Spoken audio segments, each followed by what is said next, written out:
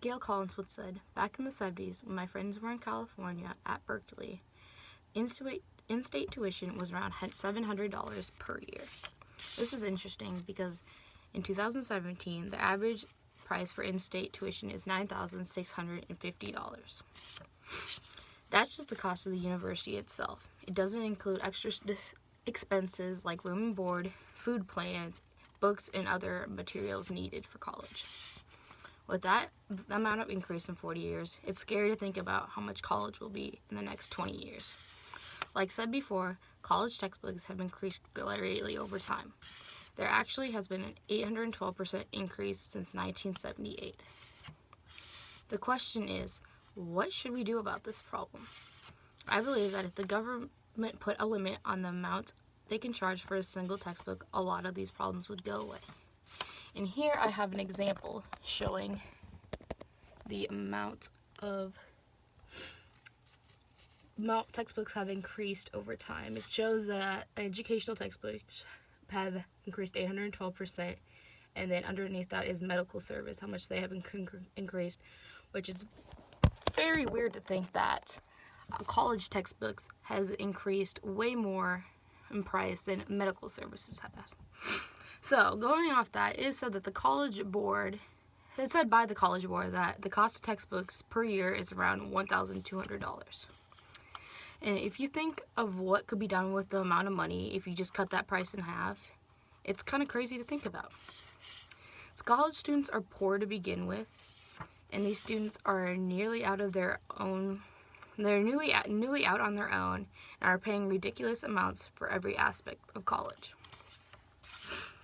They are being forced to take out loans just to pay for their education, and they won't be able to pay back these loans until they have graduated and have a full-time job outside of college. And even with a job out of college, these loans will take many years to pay back. Now, when you think about it, where are all these profits of textbooks going? Your average textbook is around $100. It is said that that 1/5 of the profit goes straight to the store it was bought out of. The other, over 3/4 goes back to the publisher, which when you think about it, that's like at least $75 out of a $100 book goes straight to the publisher that made it. This proves that the textbook market is broken in many ways, and college students are paying for it. Personally, I have taken 5 online classes just in high school, and for every book I've paid over $100. So when you think about that, I've had to pay myself over $500 in about 2 semesters, not even 2 semesters, for classes that probably won't even help me in college.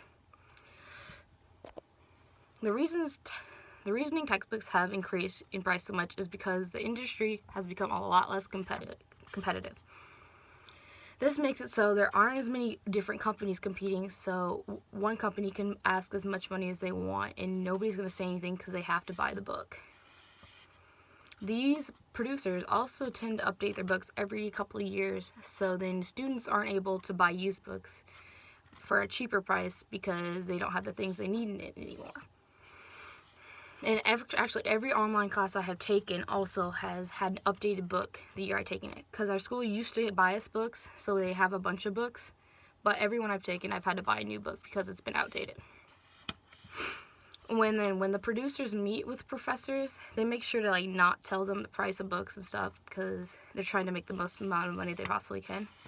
And they also offer professors the most expensive book possible. And the professors don't really know this or don't think about what it's doing to their students, and actually 65% of students don't buy the book made for the class. So when you think, you're like, well, if they're not buying the book, then how are they going to pass the class? And obviously grades are going to suffer because of this. And then also students nowadays are taking less credits per class, so then they don't have to buy as many books, which seems like a good idea at first, but when you think about it, it's actually going to set them behind. And then they're going to have to be at school for more than 4 years because they're going to have a lack of credits. But if the government were to put a limit on price, let's say $75 per book, it would not only make everything cheaper, but students would be able to buy the textbooks then. And even with this restriction, publishers would be making plenty of money because there's already a restricted amount of publishers, if there's like a couple of them and they have books for $75, they're still going to sell plenty. Overall, it would just make students a little less stressed out over money issues. And really, every little discount helps when you're in college. You're always looking for the free stuff.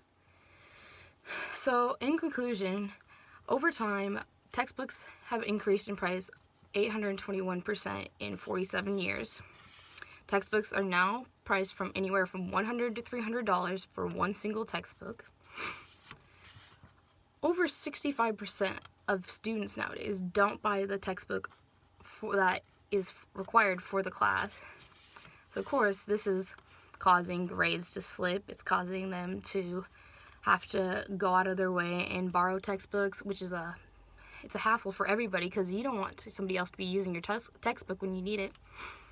They also are limiting their amount of classes because they think if they take a lighter load and they don't have to buy as many textbooks, then they will be saving money, but in all reality, they're going to have to be there another year. So they're actually making it so they are going to have to spend more money because tuition is expensive. If the government were to restrict the amount of textbooks that could be bought, for not only would it help the expenses of college, but it would also help to keep grades up and students to graduate on time. Well, thanks for watching, and I hope you learned a little something about textbooks and prices.